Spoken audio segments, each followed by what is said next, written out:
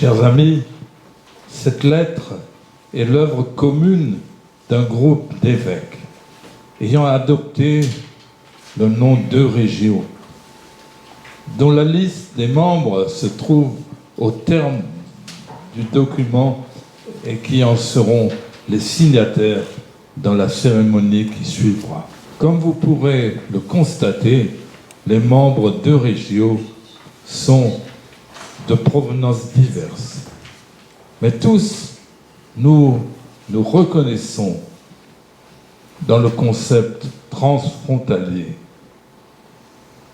Si nous avons voulu nous retrouver, c'est au nom d'une conviction partagée, que les frontières ne doivent pas être un obstacle pour des voisins comme Trèves, Nancy, Metz, Luxembourg, Liège, Verdun, et pourquoi pas un territoire comme le diocèse de Troyes, qui est le plus éloigné de la frontière.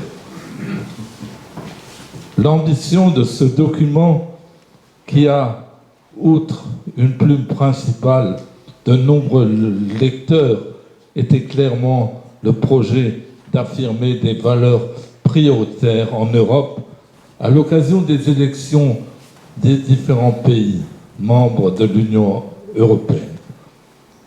Quelles sont ces valeurs prioritaires? Nous les puisons dans l'Évangile et dans la pensée des pères fondateurs qui, rappelons-nous, étaient pour la plupart des chrétiens. L'Évangile nous invite en particulier à l'affirmation de la solidarité avec les pauvres. L'enjeu au moment des élections, c'est faire le bon choix en discernant ce qui convient.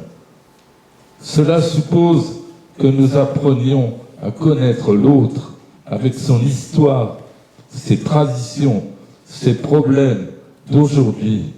Donc, que nous sachions enclencher une dynamique de rencontre des uns avec les autres. Nous voulons plaider pour une Europe communauté ouverte au service d'un grand projet d'unité et de paix. La force de l'Europe, c'est son projet de solidarité qui requiert le plus grand nombre possible de peuples. Dans notre document, nous voulons rappeler quelques grands dossiers urgents pour la construction de l'avenir, où l'Union européenne est appelée à être partie prenante.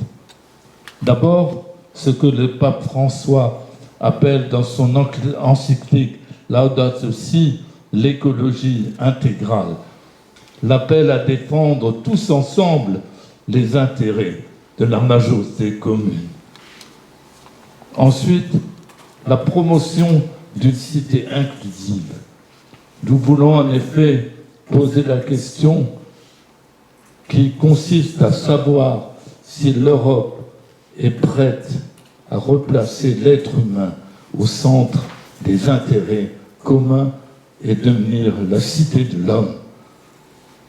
Nous voulons aussi rappeler que l'Europe a affronté la crise migratoire avec justice et solidarité avec les hommes connaissant l'épreuve de la misère, de la violence sur d'autres continents que le nôtre. Nous voulons aussi constater une véritable crise de la conscience européenne. L'Europe doit retrouver sa raison d'être, en retrouvant sa dynamique historique qui l'a façonnée, une dynamique de rencontres, d'échanges culturels, économiques qui nous lient indéfectiblement les uns aux autres. Dans ce document, nous avons donc voulu rappeler nos valeurs communes qui sont le sens de la personne, une attention aux souffrances des plus faibles, une conscience vive des fragilités, un projet d'intégration visant à garantir la paix, la liberté et la prospérité.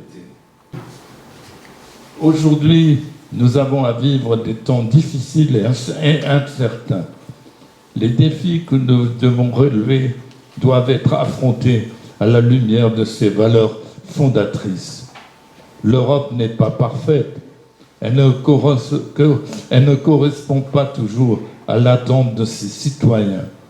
Mais nous devons l'améliorer avec les outils que nous offre la démocratie, à savoir un vote raisonnable, éclairé et responsable.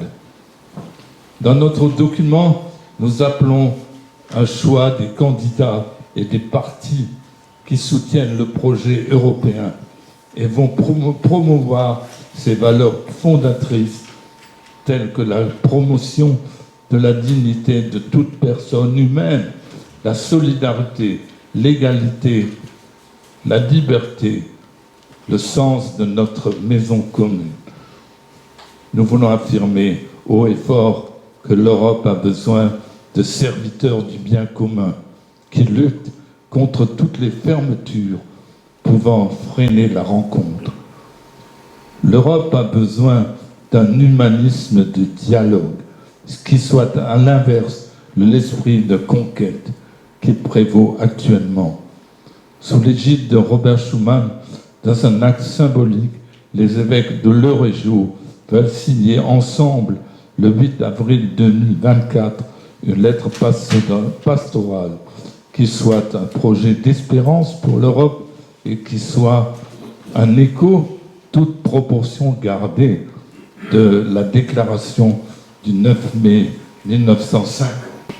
Au moment du grand rendez-vous électoral, les Européens se situent en face de la question du besoin qu'ils ont de l'Europe. Notre document voudrait alimenter notre conscience partagée. Merci.